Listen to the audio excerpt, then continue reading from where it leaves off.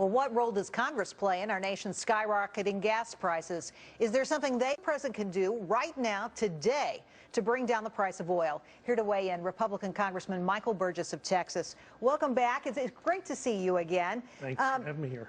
I've been watching the president very closely and what he has to say. And he says we are drilling more. But I want to show our viewers some facts here on the kind of drilling we've been doing. On federal lands, it's down. It's only private lands that you really see these numbers go up. What's your reaction? Well, we see that in my home state of Texas, North Texas area with the Barnett Shale, South Texas with the Eagle Ford Shale. A lot of production is going on in oil and gas production in these tight shale formations because of the ability to break up this rock and then the horizontal drilling. Old techniques, but now they've been combined with new technology. Over the last 15 years, it's really yielded a bonanza of oil and gas. Right. When I first came to Congress in 2003, I had interminable discussions with people who said, we're running out of natural gas. We were talking about importing these large ships full of liquefied natural gas.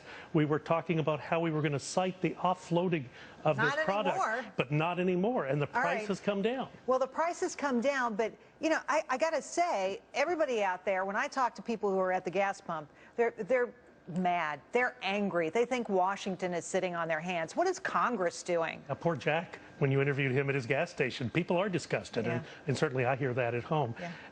You know, like 4 years ago, we had a day-long hearing on gas prices in the summer of 2008. Walter Lutkin, who was the head of the Commodity Futures Trading Commission at the time, I asked him, I said, what tool do you need that you don't have? And he said, well, actually, I've got emergency authority that I can exercise at any time. I said, sir, 3 airlines went bankrupt last month. Don't you think that's an emergency? Gary Gensler, who's the head of the CFTC now, said, I'll get new tools under Dodd-Frank. Give me some time to get those regulations written.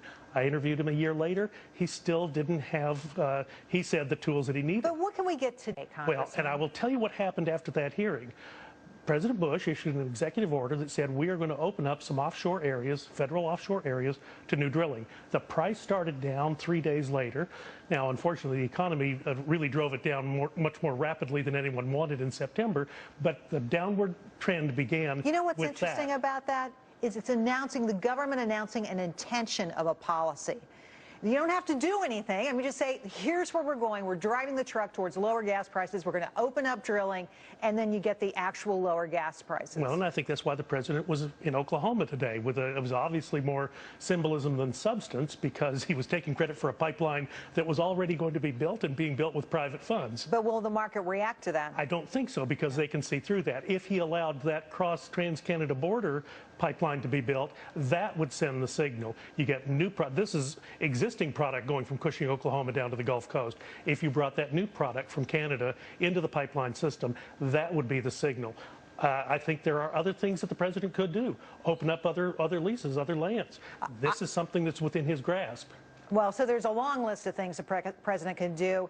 What else could happen here? How else can you get gas prices lower for our viewers? Well, I'll tell you one thing you can't do, and that's raise the cost of production by increasing taxes.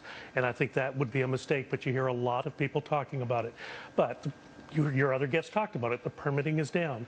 It's like 25% as opposed to 75%. Have to get that back up. Right. And, and the refineries, the extra regulations that were put on my state in Texas, these have all hurt. Lots of things to do. Congressman Burgess, thanks for coming on tonight. We really appreciate it.